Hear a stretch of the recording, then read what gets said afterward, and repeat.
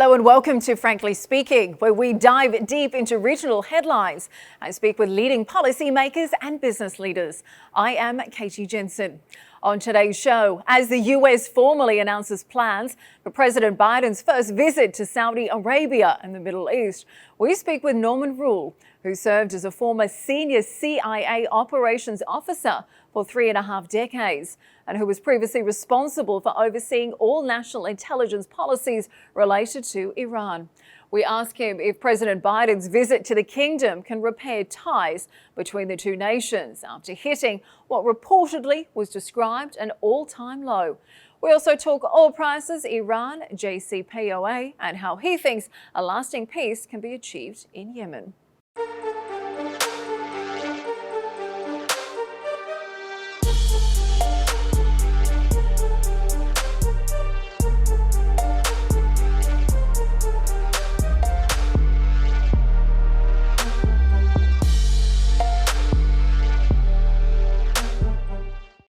Mr. Rule, thank you for joining us on the program. Now, President Biden's trip to the Middle East comes after he made no secret of his previous wishes to disengage the US from this part of the world. During his election campaign, he spoke about Saudi Arabia as a pariah state. Last year, we saw the Biden administration delist the Houthis as a terrorist group. And last year, we also saw them remove defensive anti-missile systems from the region. So with all of that in mind, in your opinion, your expertise in government, particularly on the Middle East, do you think this visit can really begin to restore ties between the two countries? And frankly speaking, how important is it for the United States to be able to achieve that? Thank you for having me. I'm quite confident that this trip is going to have a major impact on U.S., Saudi, and regional long-term relations. The United States has had deep interests in the region that go beyond our politics and even some specific incidents that have shaped some of the presidential rhetoric. If you look at issues ranging from the importance of the trade zones that go around the kingdom through the Red Sea, the Arabian Sea, the Gulf, these are waterways that are critical to the U.S. economy. The nature of the political and economic engagement with the kingdom go back 70 years, and we've endured rough spots in the future. Where I think we should be looking is what's going to happen, not necessarily during the trip, but afterwards, because the trip organizers have spent a tremendous amount of time on each side, Saudi Arabia and the United States, in building a package of discussion issues, which will consume a better part of 2 days to build a relationship that achieves both countries' goals for years to come. Well, when we talk about some of those discussion issues, the White House has come out in recent days and said this trip is certainly not just about oil, but there's no denying fuel prices are at record highs, above $5 a gallon in the US, and it is affecting the cost of living for millions of Americans and many others around the world. Do you feel that Saudi Arabia is solely to blame for soaring fuel prices in the US? Certainly not. President Putin deserves a fair amount of the blame. There has been a failure of capital investment in the United States and in other countries. We have the growth of the economy, the explosive growth of the economy as a result of our economic policies and coming out of COVID. Now, this said, Saudi Arabia is critical given its ability to lead the OPEC plus dynamic. And here I have got to give some applause to Saudi Arabia's ability to maintain considerable discipline within OPEC to ensure market stability. And that's important to Saudi Arabia, not only for its economy, but for the economies of all OPEC plus members, as well as Saudi Arabia's perception of how oil touches the economies in the consumer nations.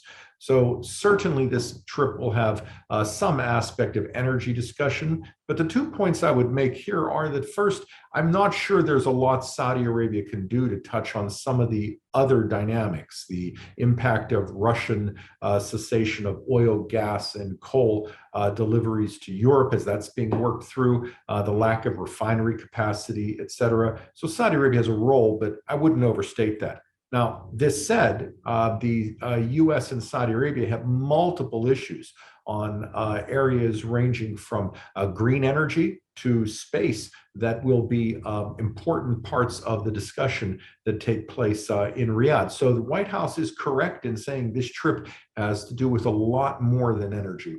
Interesting to hear you feel this visit is certainly about more than just oil.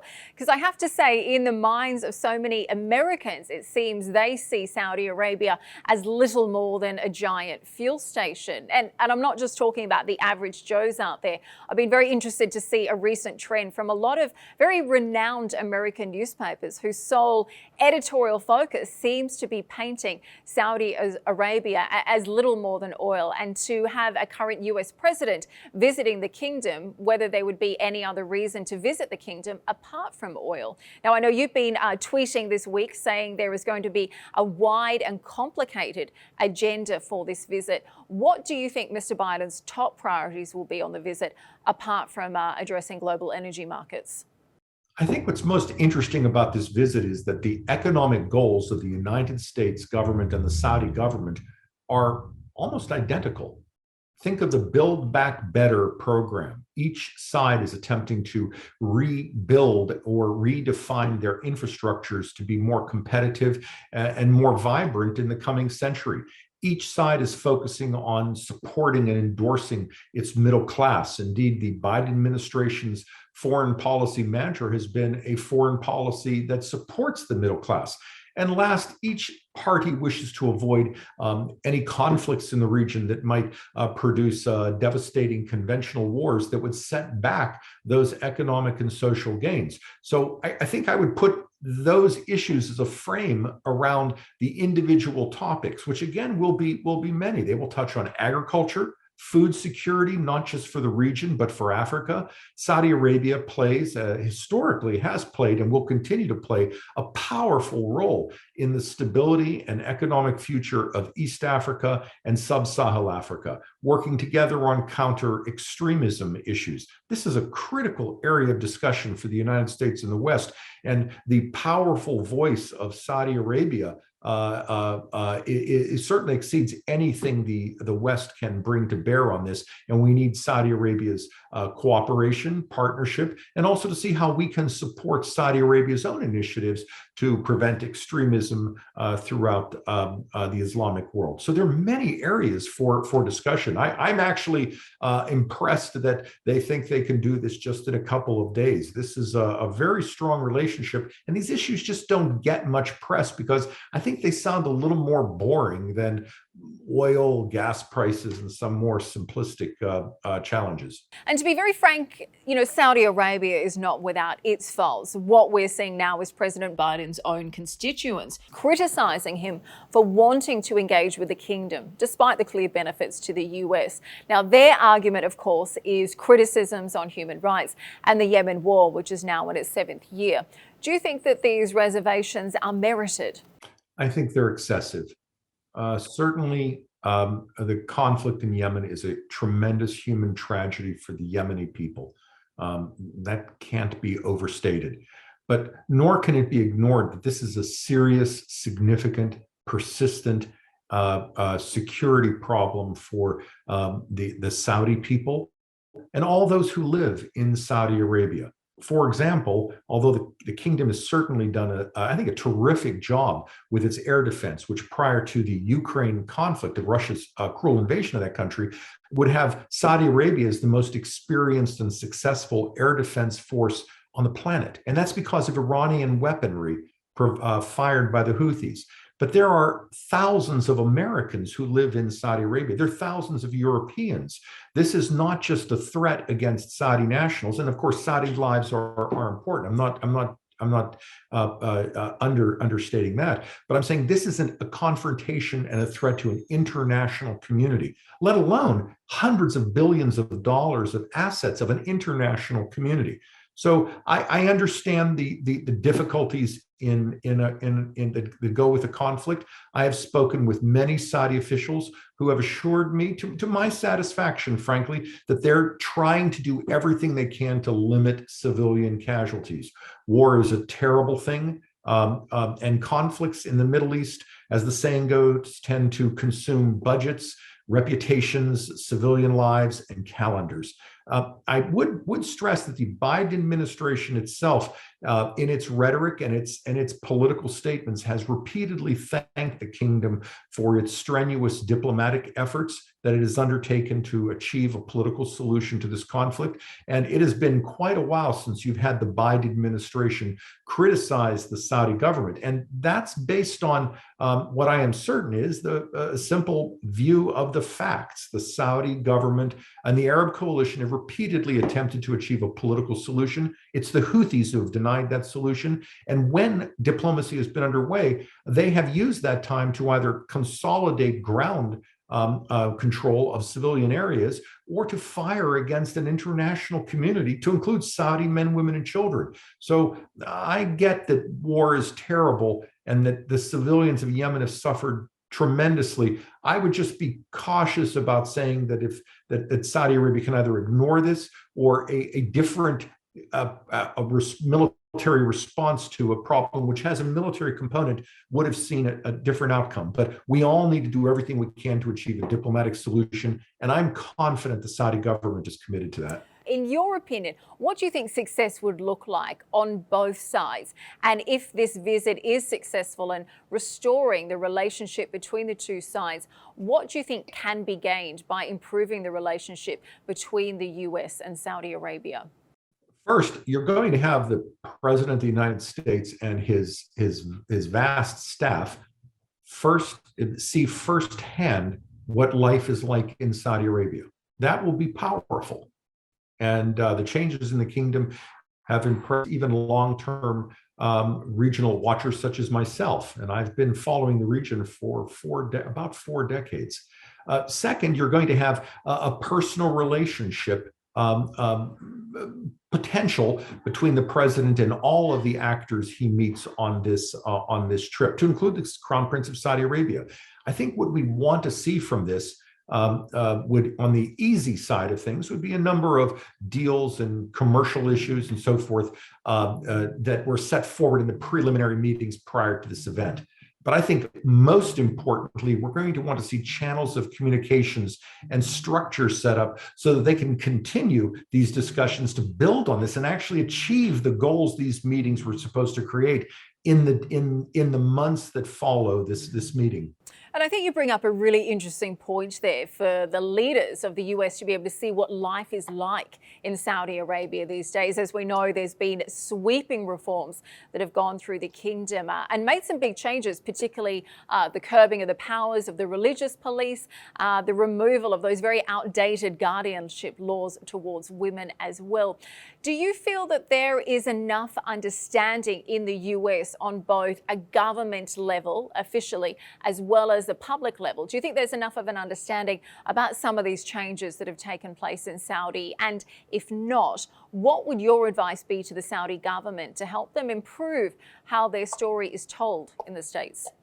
Well, first, I think that you have a strong understanding by those U.S. officials who are frequently involved in Middle East issues, and an appreciation also of both the difficulty, the scope of the ambition of the kingdom, and, for example, the United Arab Emirates and Bahrain and others. I think there's a good understanding of what's happening and an appreciation and deep respect for what's happening as well. I think beyond that, it drops quickly to an audience which is generally sees the kingdom in terms of the 9/11 issue, the Jamal Khashoggi murder, the oil issue. This said, I have been struck by the number of contacts I have in the American business community who have told me with delight and astonishment that the trips they have taken to Saudi Arabia are increasingly touristic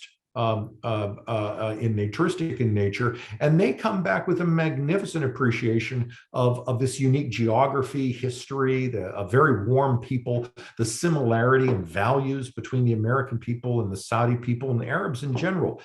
As to what more can be done, well, I actually put this on your side of the street. I am a regular reader of the Arab news. I think it provides captures a superb picture of what's going on in the kingdom and the region. Shows like this are valuable. But I must ask, why is it that I can turn on American television and have a 24-hour Israeli station? We have Al Jazeera, which tends to produce a number of hostile pieces. Where is that 24-hour Arab news and television station to show life in a flat, nonpartisan, non-political way? So I think work needs to be done on each side. But I couldn't leave this discussion without applauding the Arab News for being a tremendous leader in this regard. Well, I'm sure our editor-in-chief will be very pleased to hear that. And to your point as to why there isn't a 24/7 news channel in English, well, I hope to be able to ask that question to the Minister of Media if we have him here one day. Now, let me ask you, though, what has impressed you most as an observer and a regular visit to the kingdom? I engage more people more openly, more frequently. The history of the kingdom is more open than it's ever been, to include the pre-Islamic history. I think perhaps the greatest development in archaeology, perhaps in the last 20, 30, 50 years, has been the kingdom's opening of El Ula and the Nabatean areas, and its history of prior to Islam.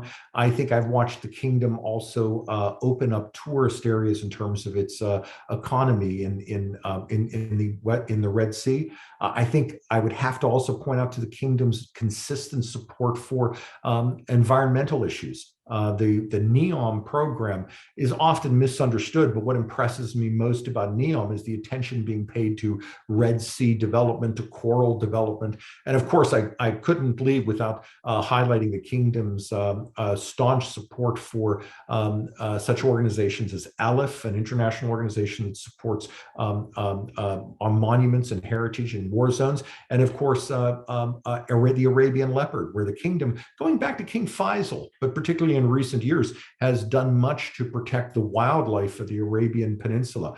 Now, something certainly of mutual concern, I think, to both the US and Saudi Arabia, something you brought up earlier, is a shared concern over the threat of Iran.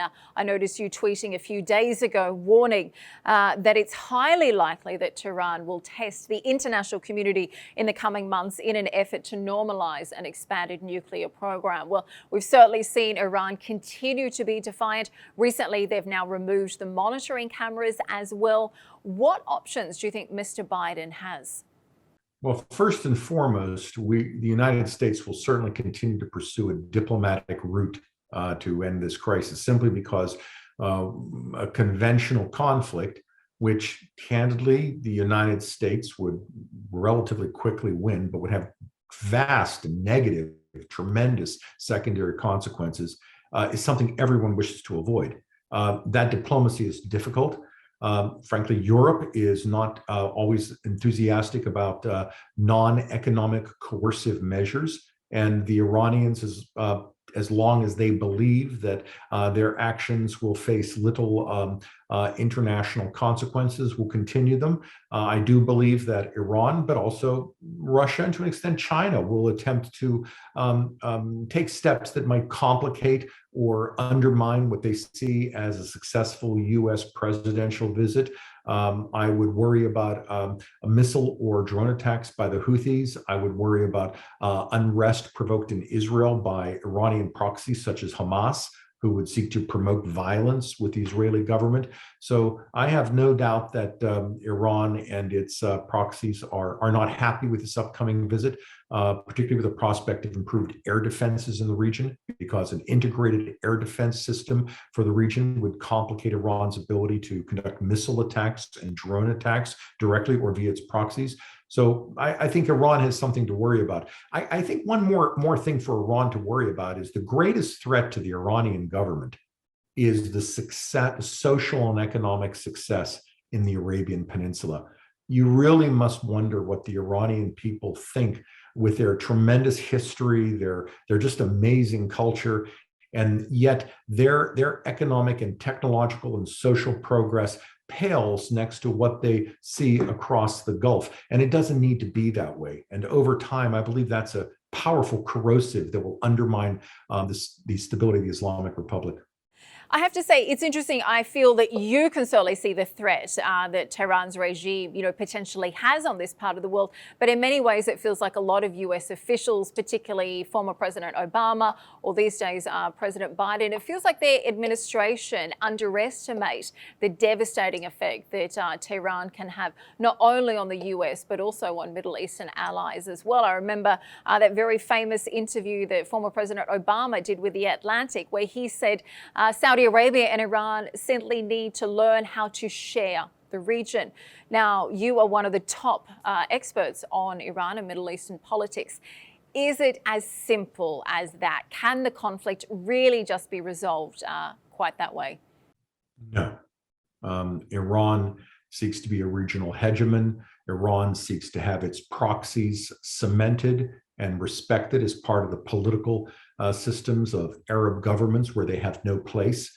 Iran has no strategic interests in Yemen, but seeks a presence in Yemen to Lebanonize the government so that they can put missiles on the Bab el-Mandab, which will give them a chokehold over global commerce and certainly the economic future of the Red Sea Basin. Now, eventually, with a different government, should Iran and Saudi Arabia and the other members of the GCC share the region?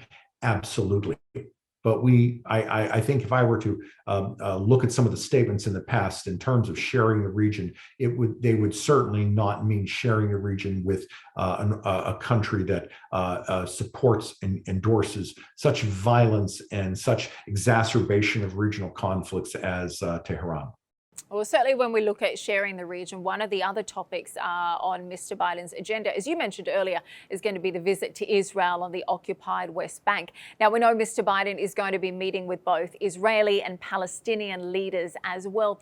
Do you think he can try and restore ties with Palestine after the upset that former President Trump caused when he relocated the consulate to Jerusalem and cut funding to Palestinian refugees?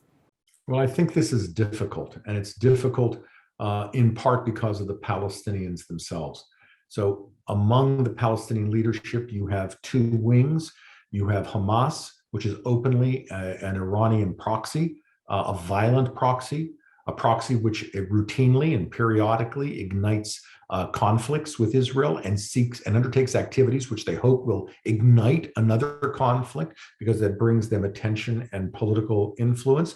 Should also say that the missiles and rockets fired by Hamas are often as likely to strike Arab Israelis, Palestinians in Jerusalem, as well as Palestinians in Gaza on the basis of the technology. So this is a bloody, violent organization that is not interested in a diplomatic solution. There's not much to say about that. So it's difficult for the administration to deal with that.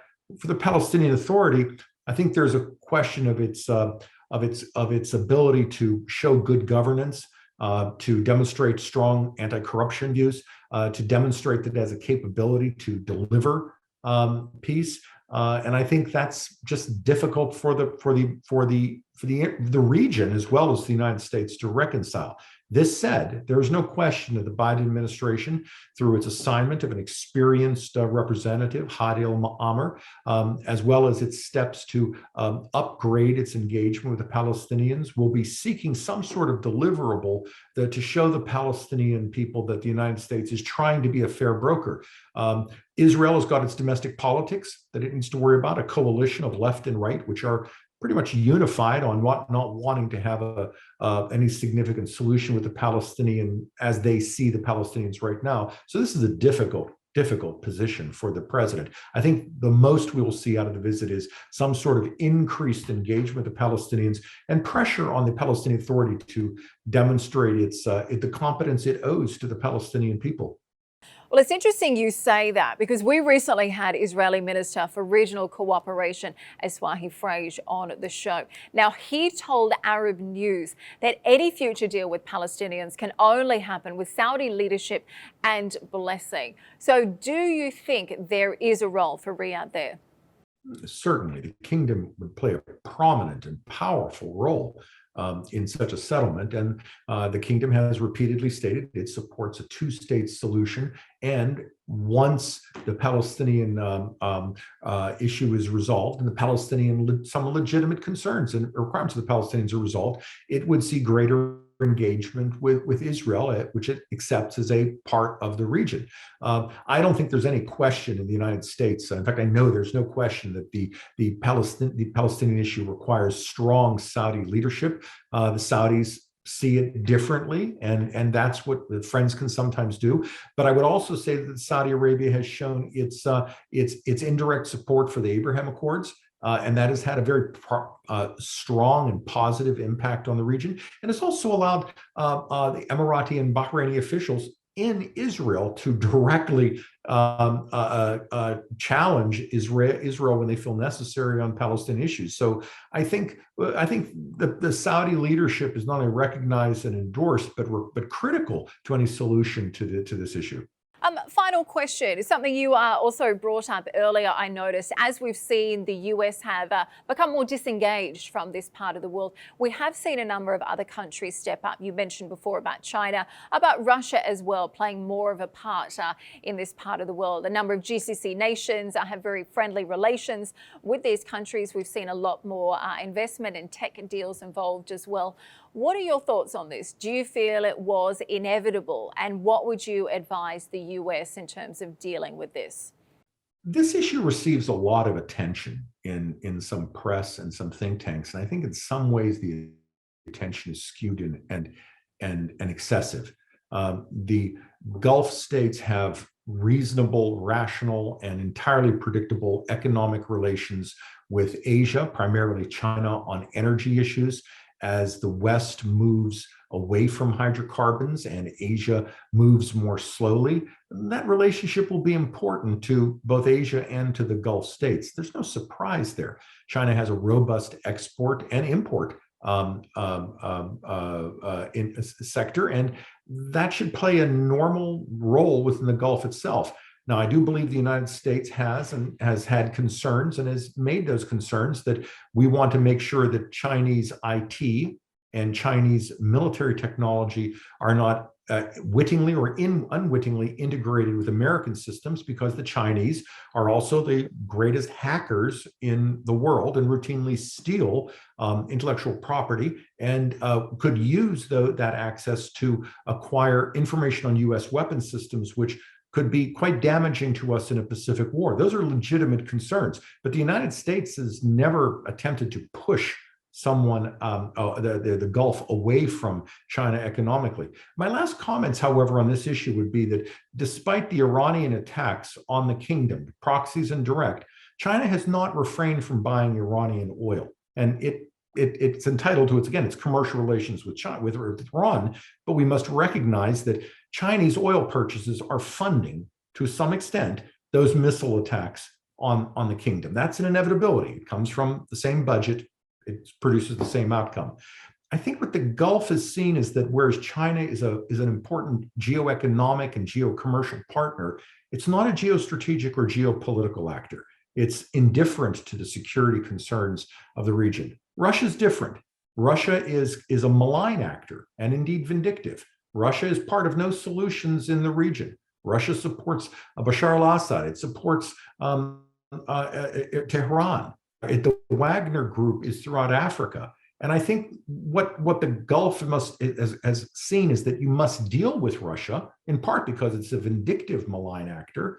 But the solutions to the future of the region are going to be found in Europe and the United States, not in Moscow or Beijing, even with economic ties that exist with these partners. Certainly some high-level discussions going on behind the scenes on those topics. And I think all eyes will be in the Middle East next month for this historic visit. Mr. Norman Rule, thank you so much for joining us today on Frankly Speaking. Really appreciate your insights. My pleasure.